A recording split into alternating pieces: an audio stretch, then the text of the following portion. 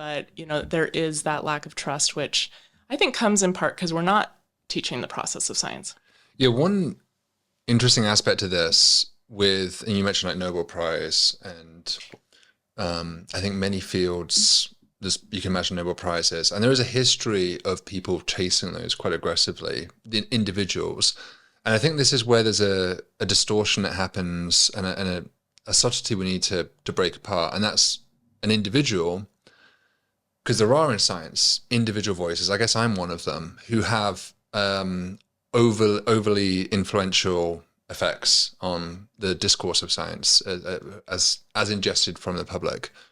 And so if you hear one scientist who's responsible for the discovery proclaim extremely confidently, this is life, that, there might be a human reason why they're doing that. I mean, maybe I'm being too cynical, but I do think you could imagine them, just getting overly carried, like, so when you're in love, you get carried away and you want to tell the world about it. Like, we've all felt that way, and you can get kind of caught up in your own excitement about your discovery. Or more cynically, you might be sort of taking a punt, that you might be like, this is 50-50 whether this is life, but it's worth me kind of messaging Staking the claim. Because if it turns out, then I'm going to be the guy, right? So there's that cynical side.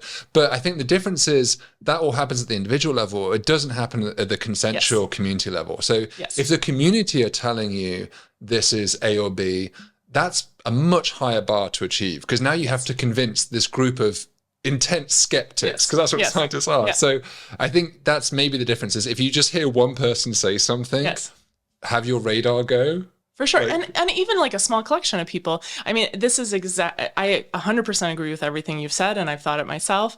I do think the personalities of scientists come into this. We're human. We want something to be true. So we might, when we want it to be true, we might be a little less careful, or we might do our statistics a little worse. You see this all the time. There's some great debates with the Martian meteorite, with Alan Hill's meteorite. Yeah, Alan Hill's meteorite. Yeah. Whether there's life on that. And Bill Schopf, I think, was really critical of that claim and said this was, shoddy science for this X, Y, and Z. And then the next year, he claimed the oldest fossils of life on Earth and made the exact same errors that he had just torn down the other team for. So we are all able to make errors and not see it, not even be aware of it. I don't think this was done with malice. It was just... That's humans. Pouring the kettle black. Yeah, we are prone to the same cognitive biases as everyone else. And that's why science relies on this competition. It relies on confirmation, replication, other teams looking at it, open data. All of these things help. There's a really great book I read called Science Fictions by Stuart Ritchie. I'd recommend reading it. But it goes through, kind of everything from out-and-out fraud in science to just kind of those genuine mistakes, p-hacking. You're just trying to massage your data a little bit. You're not even aware you're doing it. And then why it's so important for us to have open dialogue and the ability to disagree with our superiors. So open societies tend to produce a lot better environments for science to flourish, because if you have a really strong hierarchical system, you might be scared to say something. And so if you see something's wrong in the findings, so we need people to be able to vehemently disagree without, fear of reprisal or whatnot, and have that debate take place. And scientists are also on the other side, also interested in trying to, make a claim for themselves too. So this works as a group effort and as a discipline effort. But it's because it bakes in our human flaws. It's like the scientific method works because we have in there checks and balances on our flaws, and that's why it's successful. Yeah, I totally agree. And I think, if anything, all of these debates are just a sign that science is really healthy. Yeah. And it's good. Like, that's always happened throughout history with any provocative claim. There's been a lot of back and forth. And I don't think we should... we don't want to get to a point where people they feel uncomfortable ever making the claim, right? Because anyone because that's to really advance science, you need people working at the frontier who are willing to take a risk sometimes and do experiments that other people think, well, there's no point doing that. You have to be taking a gamble a little bit. And that's part of science. We don't want to like totally shut down to groupthink where we just don't advance anymore.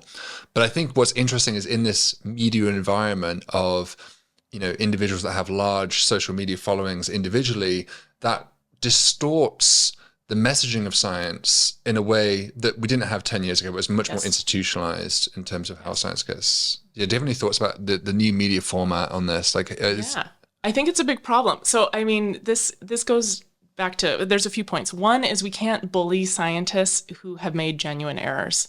And unfortunately, we do. There are a number of cases of people being bullied to the point of taking their life because the scientific community has not handled their failure well. Yeah. And I think like a sport, right? They just like want to shoot people down for the sake of it. Yeah. Yeah. So that is unacceptable and does happen. And that's separate from the social media kind of environment, though that actually adds to it, right? Yes. Because people feel very comfortable just, attacking someone online, versus actually having a conversation with them. Yeah. And so you see this distortion effect from the social media landscape. And well, the shaming is amplified as well. Yeah. Yes, it's easier to do and amplified. And I think that's really something we need to speak against. This is, so I think that's a really important point. So I think the other thing you brought up was how this new media landscape factors in. And I think it's a huge aspect of it. You have these sort of incentives in social media. You want to keep things simple. You want to keep things quick and exciting. You have a few voices with massive following. And then, of course, that all the nuance is missing from that, or the debate is missing from that. And so you can see people staking claims, maybe, and then the kind of vilification and pile-ons happen in all direction on social media. A really quaint example of this happened to Dimitar Saslav. With the TED Talk. Yeah, I do remember that. This is quaint because this is no one else remembers this post from me. But yeah. Exactly, right. So Dimitar Saslav in his TED Talk said something like there are, 40 billion Earth-like planets in the Milky Way. And previous in that same talk, he had specified that by Earth-like, he meant Earth-sized, not necessarily Earth-like with continents and oceans or even habitable, but just Earth-sized. And boy, was he like taken to town for that. And there were people like writing on message boards being like, he should be fired. I can't believe he's a Harvard professor. I was his grad student at the time. And I remember talking to Dimitar and asking him, like, are you bothered by this? He's like, no, whatever, That's very Dimitar. Yeah. He's very chill. Yeah. But you could imagine now, that was kind of pre-Instagram, pre all these main social media platforms. You take something like that and in this day and age, and you have a lot more animosity coming at the person. Yeah. And it just kind of has this feed-on effect of bullying and aggressive comments. And it's like, hang on, like, does the punishment fit the crime here?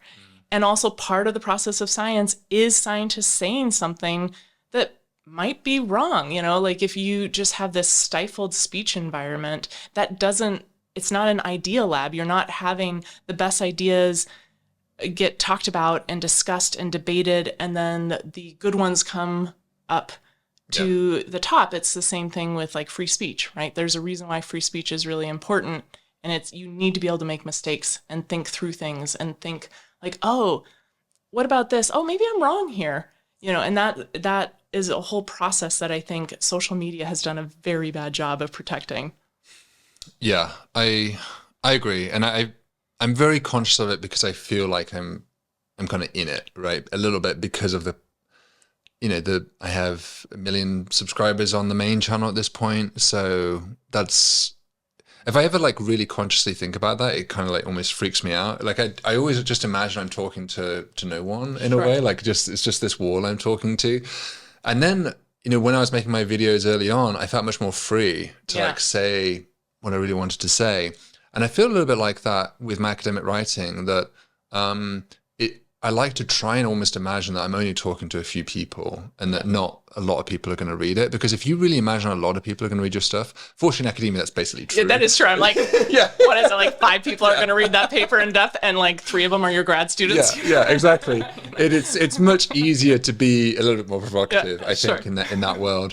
They're just going to read your title too, right? I mean, we're not that provocative in our academic writing as much. There's all the caveats. You know, I think the social media incentive of trying to convey an interesting message does amplify. It's like a threefold amplification of what happens in the media, right? You have the initial scientific claim, which has a slight maybe positive spin on it because you're excited about the detection, but it still has all the caveats. Then you have the newspaper article that's written about it, which again, it has a more positive spin on it because they're taking only the most exciting interpretation of it. And then you have a headline put on top of it that's not even often selected by the writer, but by the editor to try to get clicks. And so you have this amplification that's far away from what the actual science was through that process. And the same thing happens, I think, in the social media landscape. And you can see this happen with some YouTubers over their course of their science podcasting lifetime, not you. And if it happens to you, I will like come to Columbia. You'll be the first one. I'll shake my finger. I'll be like, David.